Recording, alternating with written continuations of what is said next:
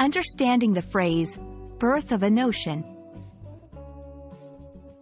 Hello, and welcome to our English language learning series. Today, we're going to explore an interesting and slightly poetic phrase, birth of a notion. Understanding phrases like this can add depth and nuance to your English skills. So, let's dive in. The phrase, birth of a notion, is a play on words. Normally, we hear the phrase, birth of a nation, which refers to the founding or creation of a country.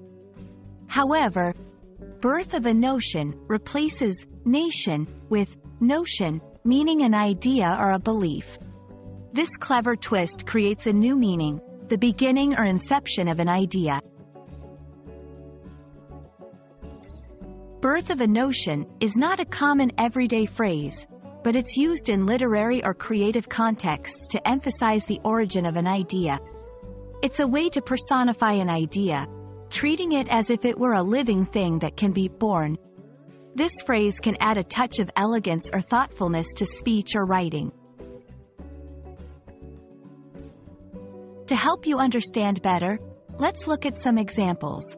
1. When she saw the children playing, the birth of a notion to start a school began in her mind.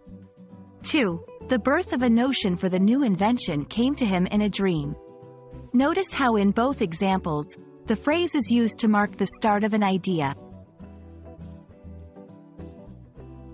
I hope this video has been helpful in understanding the phrase, birth of a notion. It's a beautiful example of how English can play with words to create new meanings.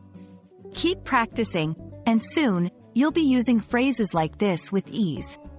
Happy learning!